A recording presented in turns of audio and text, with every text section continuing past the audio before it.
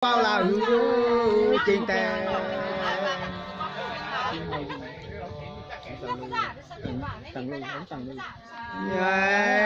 chẳng uống tao lư lia bên tao lư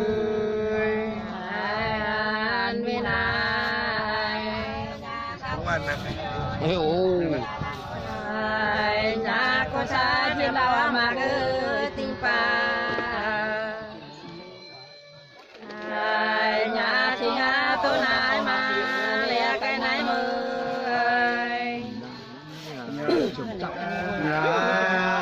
sống trả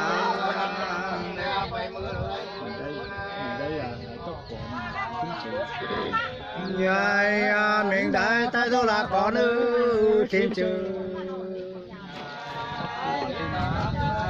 nhai nổ tao đàn ngà lẽ tôi mạn người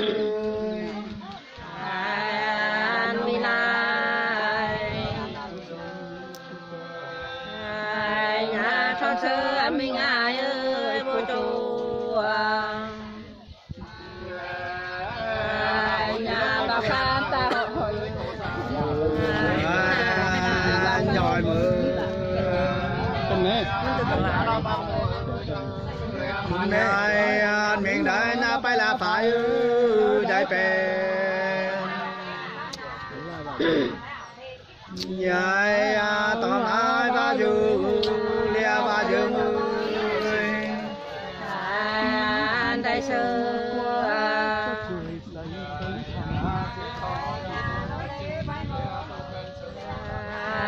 nhà mình đã tập qua cả nơi đại sư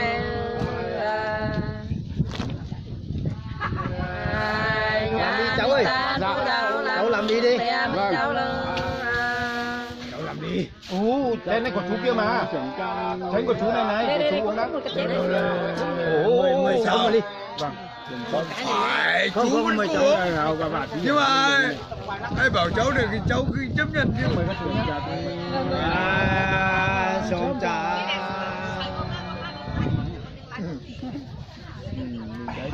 ngon à làm một nữa mình là cho là con nữa nhưng mà cháu cho ai có trên nào không riêng ông bảo cháu cho anh em đi mỗi người một chén mình đi cả các gái bác trai đi đấy chỗ này nữa đấy toàn nè thì nó toàn này nó toàn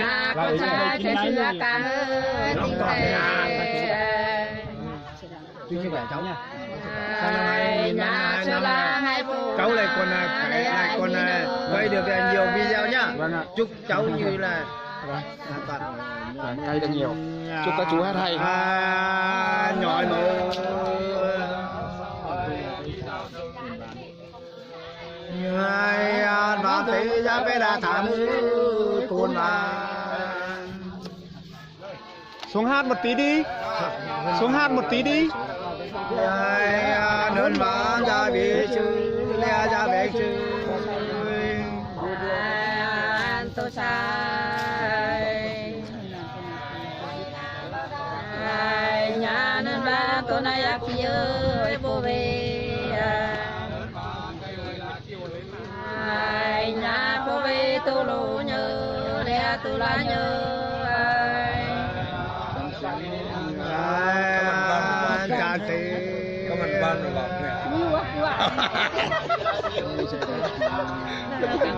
nè nhai bạn nữ thấy cái nào kỹ ra nè có mầm rồi bảo mình luôn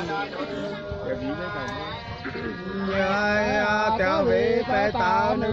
lea về về để mình ngồi ở mình ăn đi mà phạt cái tỷ hương nó mà còn đi đấy rồi trong án này đi phạt cái tỷ tấm mua rồi mà còn này rồi luôn phạt nó lúc phạt nó rồi đây thẳng lên đây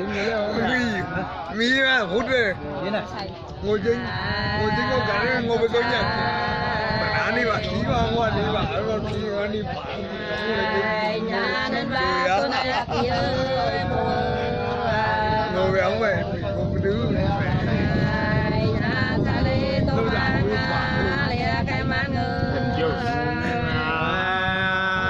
giờ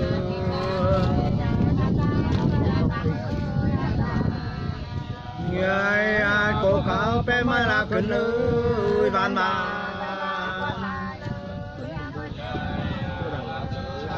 người toán mưa tố đại lea ba đại ơi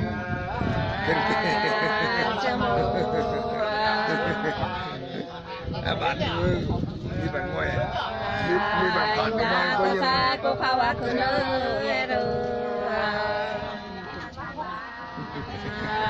nhà nó chưa chưa đã như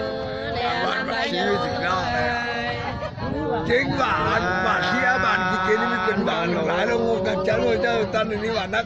แต่พี่น้องไปมาเลยพี่น้องนี่จะว่า có thể đánh đánh người có mai là khảo cô ta thả đi ngô mình lá người nó đi nó xa thứ ra sẽ chơi để có bao nhiêu là tê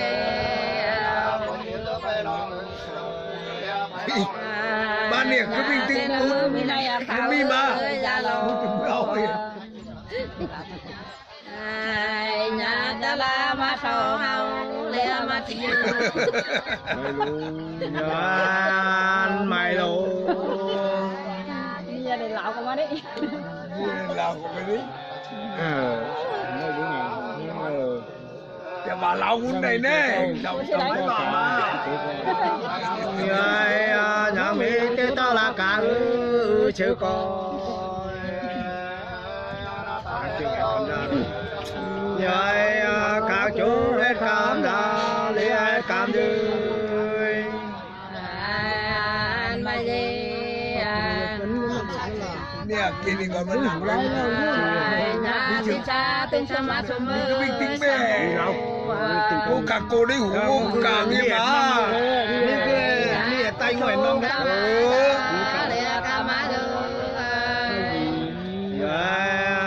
mày gì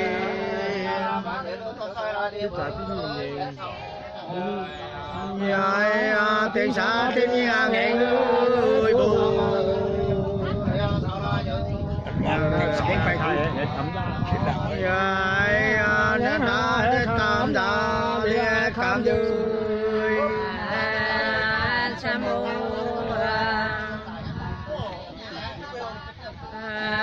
nhà mai phê con từng hát tiếng tiếng bồ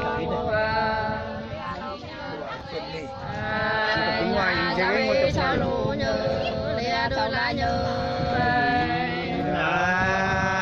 mày gì là mình làm chỗ có nổ mà lấy hung cả nên đó là nổi rồi tiếng xã có cô là lạc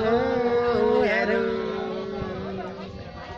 bên sân đấy mày để lại vô con nên nó tô như ra châu là như cái đầu tiên nó chẳng chảy cho uốn phải mà vả đầy thôi bạn này đi mày còn kiếm trắng rồi cho ngay nghĩ là đi màu ấy không khí đấy đi trừ đi nhầm cân đi ngô bay có nhà tiếng mình cân nên nổ nô đây nhưng mà là cân trắng qua đi nổ chứ bác qua đi nổ chờ chân phải một chứ cái nó bên nổ nô gì ngô à mình chỉ ngoài ban chỉ ban nó sao cả anh đi lại cái nào ở đóng tiền cá rồi thì nhai có đón tiếng cả là hỏi nghe được cả mình bước lại nó trong tới văn tới văn nhai lỗ tổ văn bay văn lia phục bay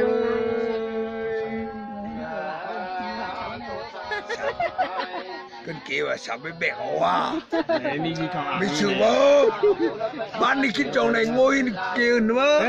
tại con có tiền đâu ban đi cái chỗ mắm kia này ngồi chỗ này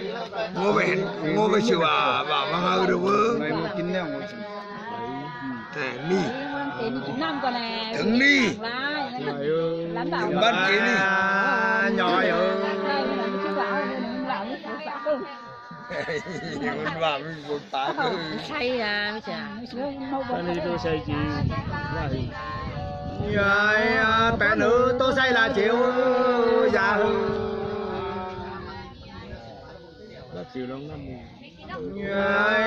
đó thì lâu nam hư lia chính đại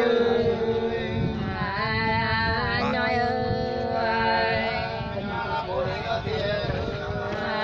nhà bé nữ tôi say à thà nữ tôi say nhà cam an khâu già mơ lia khâu cái mơ tôi sai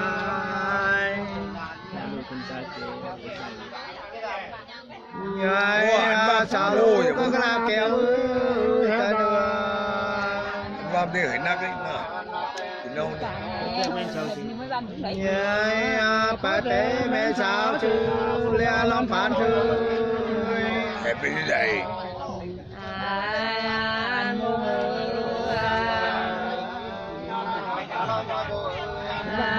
nhà cái nữ mà na bà hỏi ơi bàn bàn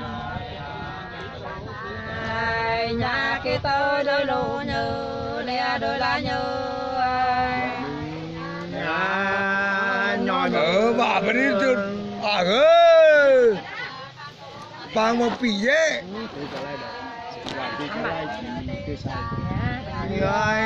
bà tế ca la la kia tôi sai mày nó thế một chú mới là lùng thì kêu bên này có nhà của thấy đi đâu cái này lùng và có sự ai mất trên càng vàng thôi bay để không biết tôi chèo đâu trong giải phân nhưng mà đây đã đi có nhà đang chén này thì không nó là sắp phân mà này mình men cưới gì nhoi ơi cưới này men cưới chén ấu này và bên này lúc nào đấy bên đi bên vậy vị trí càng vam thải luôn cái nữ tôi sao má kia tôi sai nhà na về tôi đồ nhớ lẽ tôi là nhớ nhà tiền lúc bà càng có tiền rồi cái này nó đi đâu nó này mình có bạn có thể là ta là tiêu tôi sai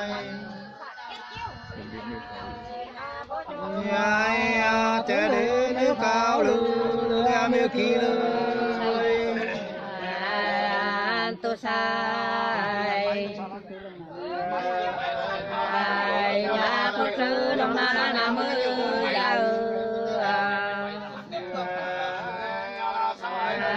nhà mới pha tên nữ là lia tên miếu đời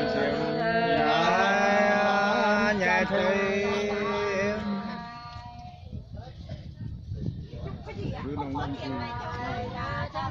nhà phố sư lâu năm là tiểu già nhà lộ dễ bé trốn nữ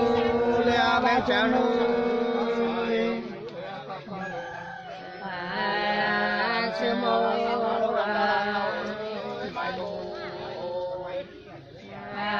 nhà sư tư lâu năm hát thiếu tại đi nhà đã chi lô kiếm nhớ đấy vậy sai nhà tô sai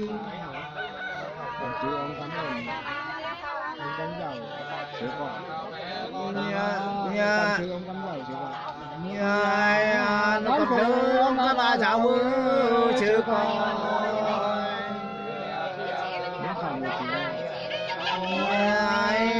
nên nó một chú mưa lea một cái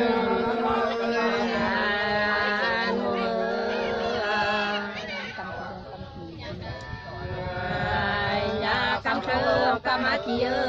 tương tài nhà ba chi tao lúa lea lại lúa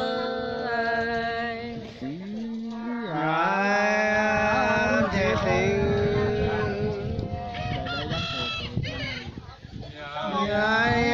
dám dám áo cầu là thế cứ già ban này mình trẻ của tôi nhai à mê bé có tê mư lẽ có giả mư tu sai nhà bác sư mình khâu tê cứ van nhà phát đây đâu có dư lẽ làm có dư chan tìm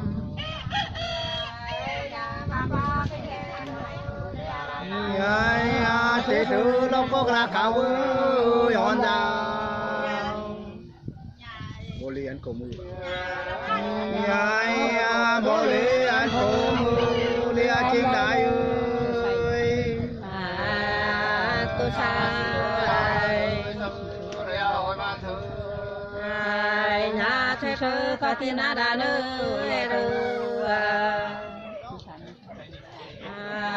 nhà thế san má sầu hầu lẽ má chiêu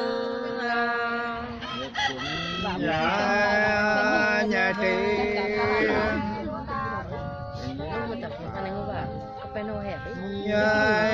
chào gì con mẹ la bài già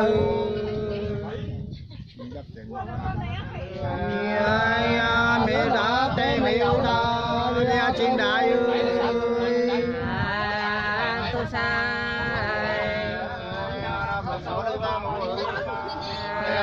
na cha gì con biết bác kia bỏ về nhà bỏ về tu lô nhớ lẽ tu la nhớ chan thị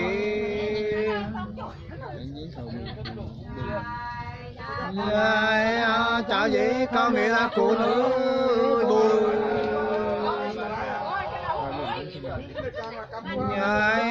là lũ thâu cứng nói lẽ chỉ cứng ơi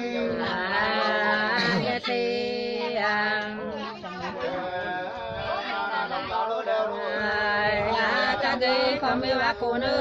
bao lâu nhà la luôn biết té nhớ lẽ về té luôn nè nè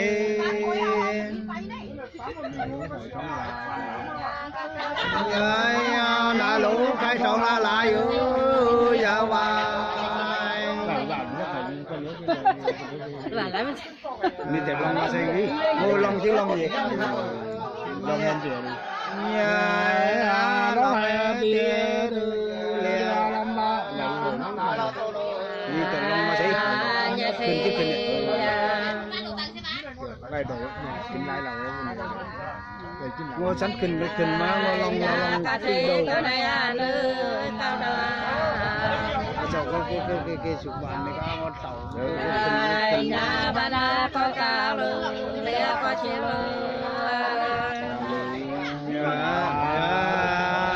nà lô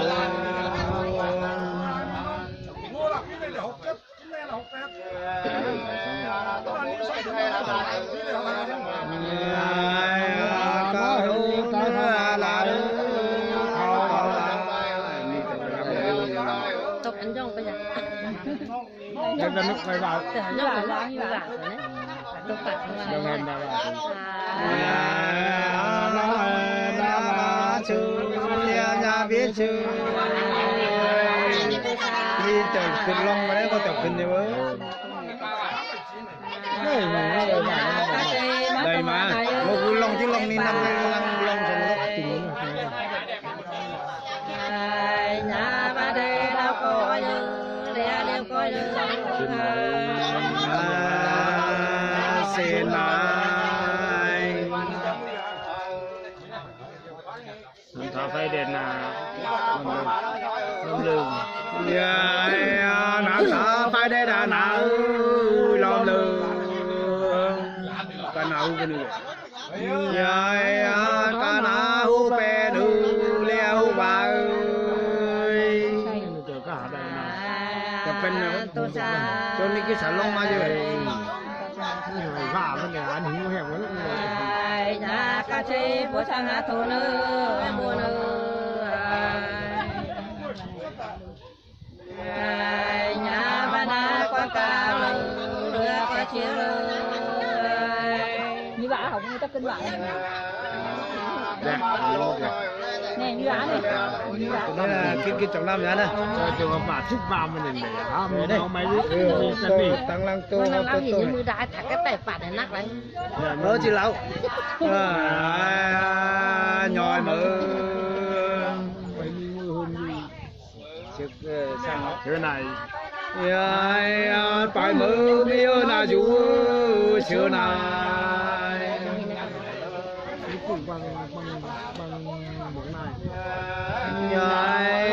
nên tu ta mò nào leo pa mò nơi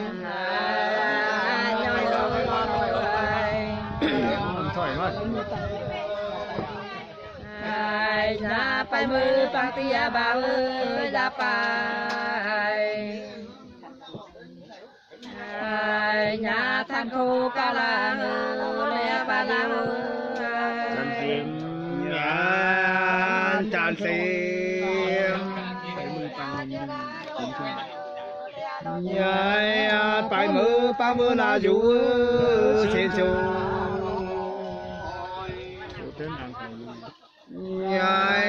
bỏ té mà cao lưu lia miêu kỳ lời nhoi ơi nhà phải mơ ta khi na dù ra phải nhà pha phô ca la lia ba la sâu nai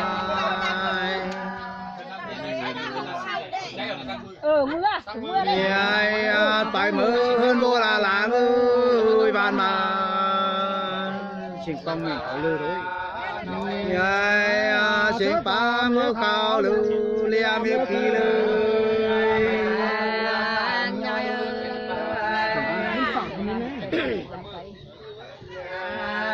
nhà xem mà lúc tôi áp cô nhà phải nhà trên hồ ca la lia ba la sông trà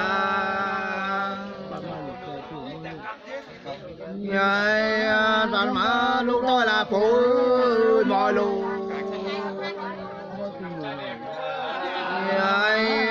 nó đố nó yêu lẽ lúc chiều ơi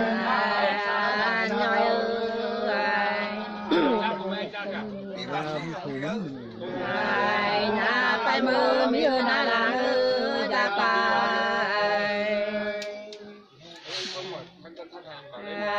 nhà na kha đây là lẽ ba la sông trà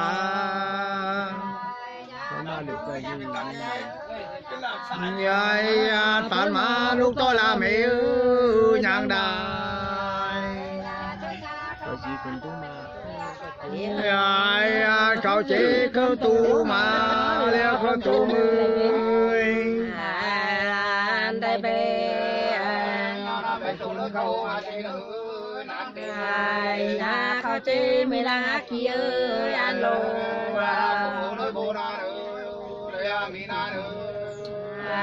nhà cho chú chính đại lìa ba đại nhoi ơi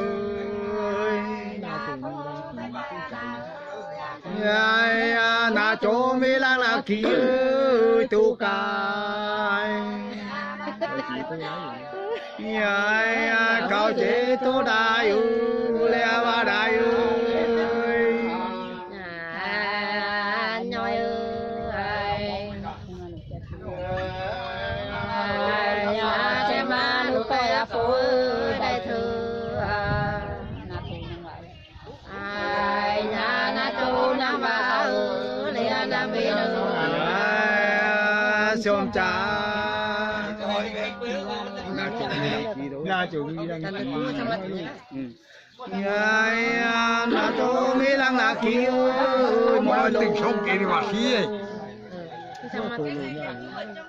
ai mới cố nào yêu đã lúc chiều nhưng có nhà Pino mà tình sống kia mà xí chầu mà ná này có nhà họ tình sống mà xí của dân đây tổ sai này mình cân bảo cái này mà mình bực cái này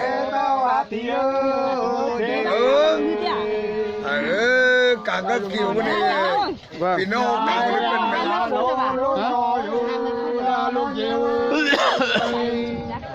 được rồi lô ấy còn chưa được đâu, phải hết đi mới được. Cái đạn này đang trên tay đang hay đấy.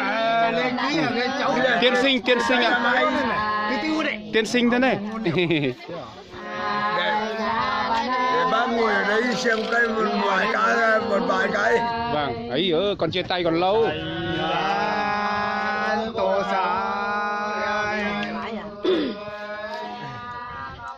thảo lù phần nắn kèo vì lường sao lỗ khấn ăn kéo ra lưu học sinh thì bao nhiêu nào phải thế con lũ đi ăn lũ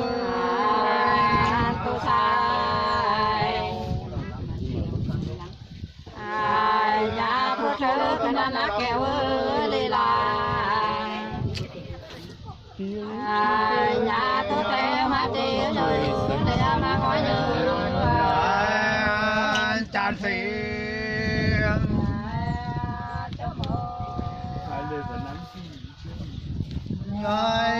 phải lỡ khấn ăn tiêu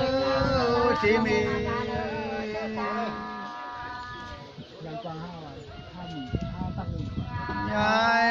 nhà phá mà tạo luôn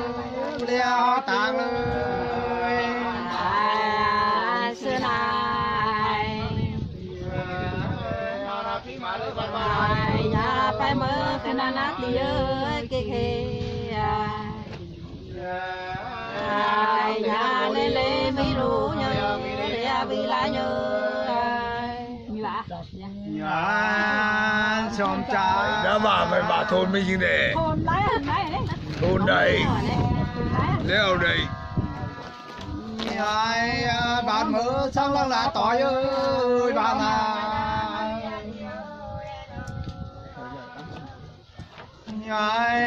sao nhỏ cam chỉ sư lea cam tròn chơi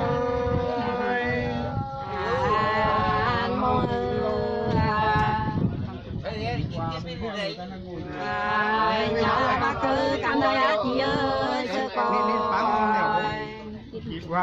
ôi chẳng có bà bên mi nhà cái đi xa lũ như lea đôi lá như nhỏi mở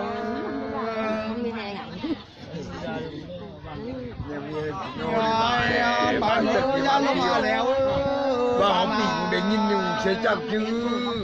tình ấu này để chắc đấy để thế sao lô như lea sao lại như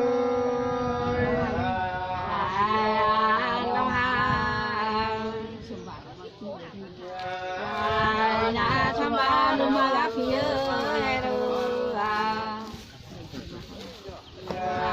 nhà đã chế mà sầu để mà phía nhà thì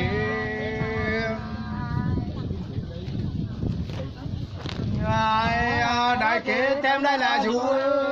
đại kế tem gì tem phán mà đi khi ngoài nó nhà thì nhưng mà nôn đau bên này lại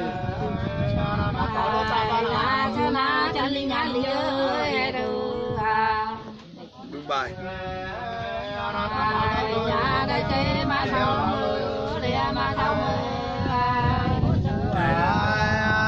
sơ mù xuống án nhỉ bà ký bên này sắc không các bạn. Ngắm kỳ ba mình phải à. Bạn kế cháu hẹn hỏi cháu nhỏ.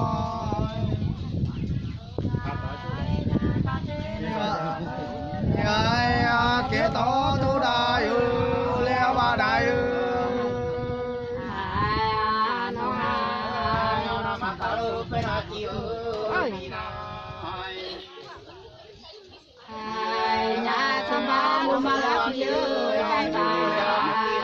Ôi bà đi đó. Đi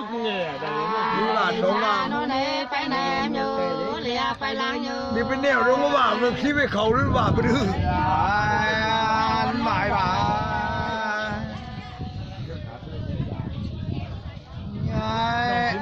Nhai cơn phá tô say dạ ngữ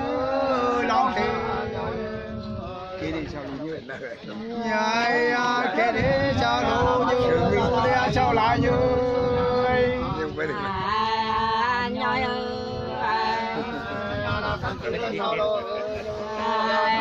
Nó sẽ chạy kia đây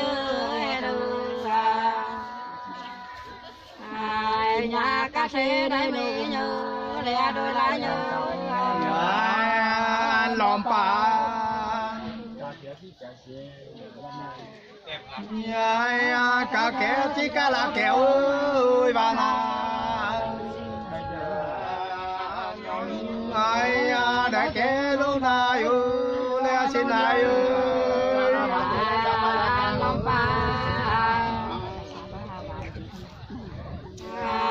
nhà cá xa ba bài ơi bằng nhà năm nay nó kiếm nhớ lẹ lúc lại nhớ sôm trà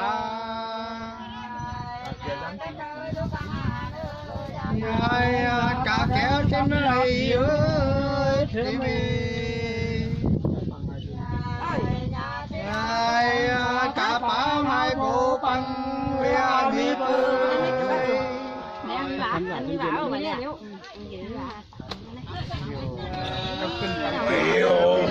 Quán tèm mà bị nó phải khi cái chồng đầu thì cái chồng bên đi chơi một hồ ấy bên nữ kinh lái bên nữ bên ngồi đang mi nữa đi kinh này Là con này. bên ngồi chủ ngồi mi ngồi đi kinh phải nó Mi thì rồi mở kinh mà hơn ngồi mà chiều là hơn ngồi chứ đi là đi kinh lái em đi mà làm gì à Hai chú kia chơi xong không bố? Đây này. cái này thì con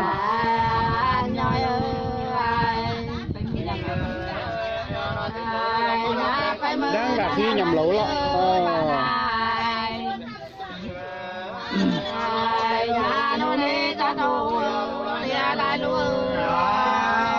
nhồi mờ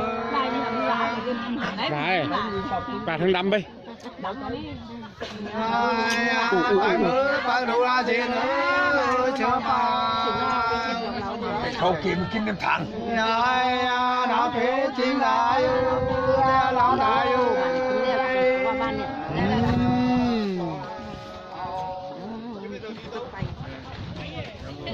ngồi đúng với xem ban này nữa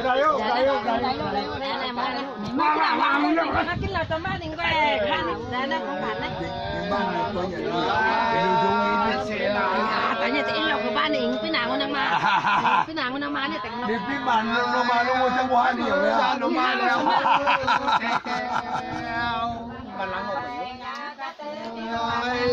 bà nắng có dư để làm theo dư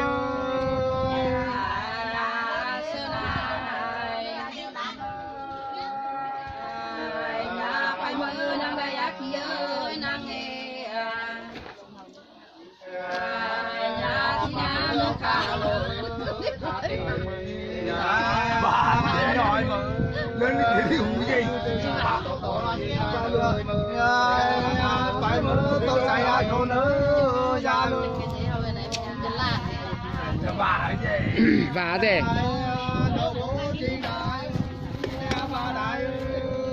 Xăng lẹo nè, vả thế. Ô.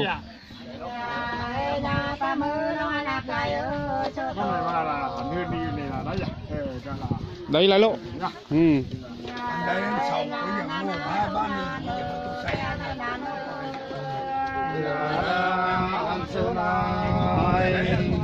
chuẩn bị cất đấy. Nó phải mở đâu đâu mà nó theo ơi phải mở.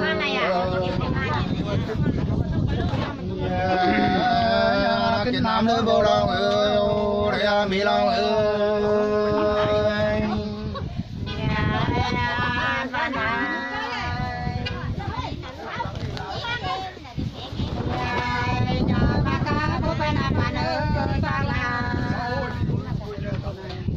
Thì một thanh niên đẹp trai nữa lại vào rồi.